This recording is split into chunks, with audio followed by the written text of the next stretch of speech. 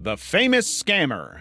At 625 pounds, Ashley's loneliness and food addiction made her a prisoner in her own home. I can't help myself because I am addicted to food. I can't stop. Food is an addiction. Everybody has their addiction of choice. She created thousands of fake online personas to talk to people she couldn't talk to in real life. Did you have any other personas? Yeah, it was 3,000. You had 3,000? Yeah, it was 3,000 personas. This only worsened the addiction, trapping her with no real connections. When she finally hit rock bottom, she found hope. Ashley decided to join Dr. Now's program in 2020 to lose her 600 pounds and get her life in order, but it was literally the beginning of her end. The very first problem was that this woman was too lazy to get an actual job, while the program required money to sustain. Ashley managed to get by in her own twisted way. The strict diet was so brutal, leaving her constantly craving junk food. She began skipping therapy, faking food logs, and using pain days as excuses to avoid progress. But she couldn't avoid one thing: the scale. After failing to lose even 20 pounds instead of feeling guilty, Ashley's frustration boiled over into explosive fights where she blamed everyone but the one person who's actually responsible, herself. Dr. Now had to send her to a therapy session where she admitted her lies, confessing about her catfishing passion to everyone, from selling pictures of her feet to literally being paid by psycho men who fetishize her eating enormous amounts of junk fast food and getting even fatter for their pleasure. In tears, she promised to delete all accounts, making everyone think that she's now actually going to get better. However, it was just another empty lie. After just a few more weeks, she stormed out of Dr. Now's office and quit the program instead of recovery. Appointment, and you're not finna disrespect me. I've been nothing but nice to your ass. Resurfacing on a bigger stage, being even bigger, MTV's Catfish, turning her deception and scams into a spotlight. The hospital's nightmare. People joined Dr. Now's program to lose weight, but Penny Sager came to the show just to do something no one could have expected. When Penny joined the program in 2014, she was 660 pounds, bedridden, and reliant on oxygen at all times. She was determined to be healthier for the sake of her family, committing to losing 40 pounds that would qualify her for weight loss surgery, which in the end was a success. I know I need to change because he deserves full-time mom. I have to do whatever it takes. This is my life, and I'm going to fight for this life. However, then she began sabotaging her own progress, doing everything possible to undo the gains and fall back on her old habits. However, that's where everything took a dark turn. She did not like the idea of someone telling her what to eat. She saw that as an attempt to control her. Penny began bribing staff to get her junk food because she couldn't handle the strict hospital diet and someone controlling her. Penny chooses to overeat, and if she does not admit it, she must have somebody stinking her food. You gain weight since the surgery. For a while, her secret was safe, until the scale exposed everything, proving she had gained weight after all this time.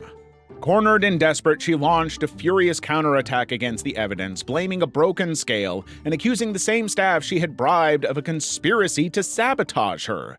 Didn't this do what it's supposed to do, what I'm doing what I'm supposed to do? Where's my yellow brick road? Why didn't I get it? Because I'm working hard, Dr. Nizar, and No matter what you say, the truth is in this scale. I know. Her terrible behavior forced Dr. Now to remove her from the program. But her real problems were just beginning. The removal made her even angrier and more isolated. Her solution? She weaponized couponing. What could have helped Penny save money and get healthy turned her into a new form of control, using coupons to flood the house with junk food, and forced her husband to buy nothing else. This only created more problems, and her body began to break down. Infections and debilitating pain plagued her, yet every setback was just another excuse. She dramatized her pain for the home nurse, using it as the ultimate reason why she couldn't possibly exercise or eat right. When her nutritionist offered some advice, Penny took it, determined to get healthy enough to take her son trick-or-treating. But by then, it was too late. She had gained even more weight and could only be pushed in a wheelchair as they went trick-or-treating. The worst twins. Justin Asante was serving a life sentence in a prison built by his own twin, Stephen. This is the story of how one brother broke free because sometimes surviving isn't about weight loss, it's about escape. Justin and Stephen Asante grew up bound together by dependence. Stephen's volatile temper controlled daily meals, schedules, and even their future. However, that future wasn't so certain with a combined weight of 1,400 pounds. So the brothers arrived in Houston to see Dr. Now as a united front. The program required surrendering control, a demand Stephen could not tolerate. Instead, he hijacked the process, using the reality TV platform as his stage to demand pills and pizza. I never seen any patient like Stephen. He asking for pain medicine every 15 minutes, and then he spilled urine on the floor. I'm just really upset, okay? But his most devastating manipulation was yet to come.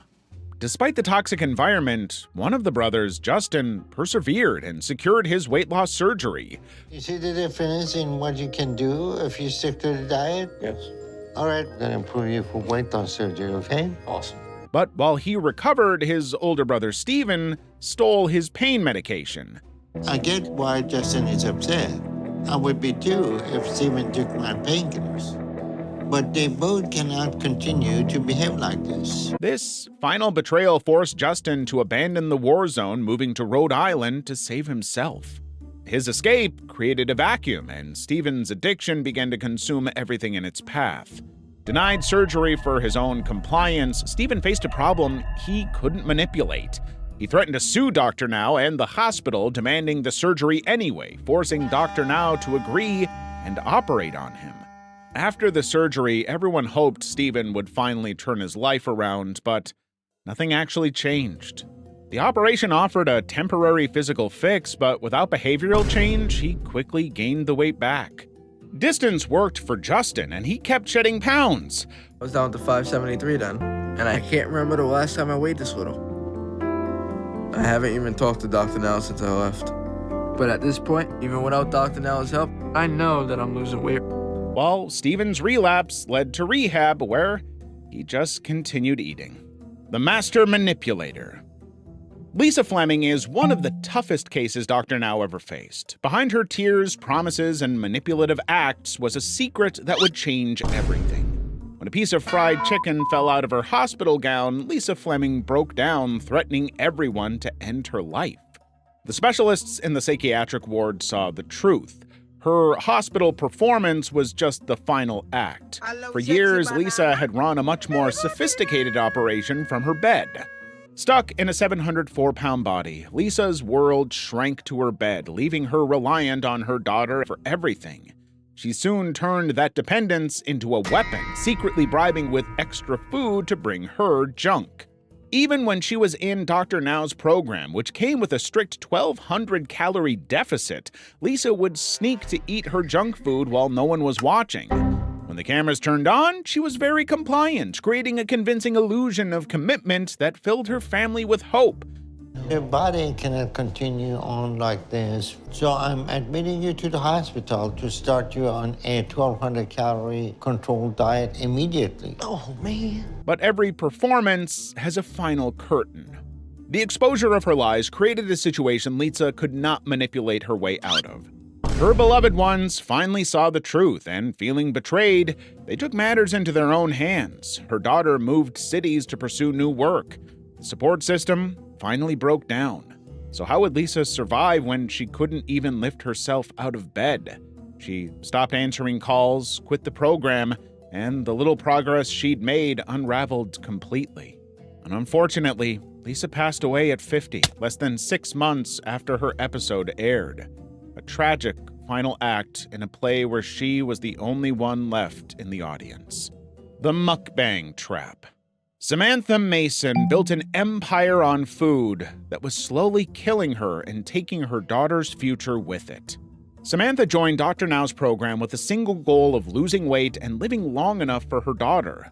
I'm very serious about this. I cannot put my daughter in the Dead Parent Club. She's 18 now. She has to have me. But she had a second secret career that paid the bills. One demanding she pig out on camera, the exact opposite of Dr. Now's strict demands.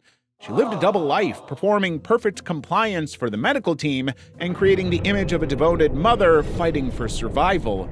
But maintaining this facade had a price. Samantha needed a partner on the outside to maintain her secret income stream. Hence, she manipulated her estranged sister into becoming a food courier and money launderer, funneling her online earnings back as child support to ensure no one found out. That creepy scale showed up again, the true final boss of Dr. Now's program. Her progress stalled and her health worsened, leading Dr. Now to confront her. So you realize that your weight is getting to a very dangerous point right now, and you're running out of time. I know. So why are you gaining more weight while you're in the hospital? In a tearful session, Samantha confessed she bought off her sister to sneak her the kind of food she knew Dr. Now wouldn't approve of. And that wasn't even the most shocking part. Samantha also revealed running a hidden online forum where anonymous users voted on her daily calorie challenges, rewarding her with tips for pushing her body to dangerous limits. Her sister was furious and forced her to delete everything or lose support forever. However, Samantha couldn't let go of her glorious career. Not before doing one last viral stream. This time she went all in, devouring 10,000 calories.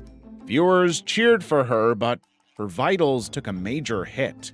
Her organs, strained from all the food, shut down, landing her a trip to the ER. But in a weird twist of fate, the final binge actually worked in her favor. The ER visit showed how much risk she was really in.